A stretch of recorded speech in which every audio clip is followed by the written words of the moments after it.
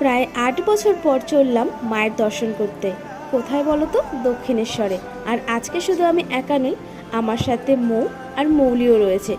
অনেক দিন পরে যখন বন্ধুরা মিলে কোথাও যাওয়ার প্ল্যান করি আর সেটা যদি মায়ের দর্শনে যাওয়া হয় তাহলে মনটা খুশিতে ভরে ওঠে। তো মেট্রো করে চলে গেলাম দক্ষিণেশ্বর। আর দক্ষিণেশ্বরের স্কাই ওয়াকটা দেখছো, এটা কিন্তু আমি প্রথমবার এক্সপিরিয়েন্স করছি। আগে দুবার এসেছিলাম, তখন ছিলাম ছোট, তাই জন্য মনে নেই। ছোটবেলা থেকে একটা কথা খুব শুনি, মায়া যদি না ডাকে তাহলে মায়ের মন্দিরে যাওয়া যায় না। এই কথাটা একদম মিলে গেল। কারণ কি, অনেক দিন থেকে অনেক প্ল্যান করছিলাম, অনেক বাধাও আসছিল। অবশেষে মায়ের মন্দিরে দর্শন পেলাম। আর একটু পরে মায়ের মুখেরও দর্শন পাবো, বাট তোমাদের তো সেটা দেখাতে পারবো না। তো চলে গেছিলাম পুজোর ডালার দোকানে। এখানে তোমরা জুতোও রাখতে পারবে। এখান থেকে ডালা নিয়ে নিলাম। আর হ্যাঁ, ডালা নেওয়ার আগে কিন্তু ব্যাগ আর ফোনটা কিন্তু অবশ্যই জমা রেখে যেতে হবে। তো পুজো দিয়ে আসার পরে আমরা চলে গেছিলাম ফুড প্লাজাতে, কারণ খুব খিদেও পেয়েছে, সকাল থেকে উপোস করে আছি তো। আর এখানে তোমরা মেনু কার্ডটা দেখে নাও, দামটা কিন্তু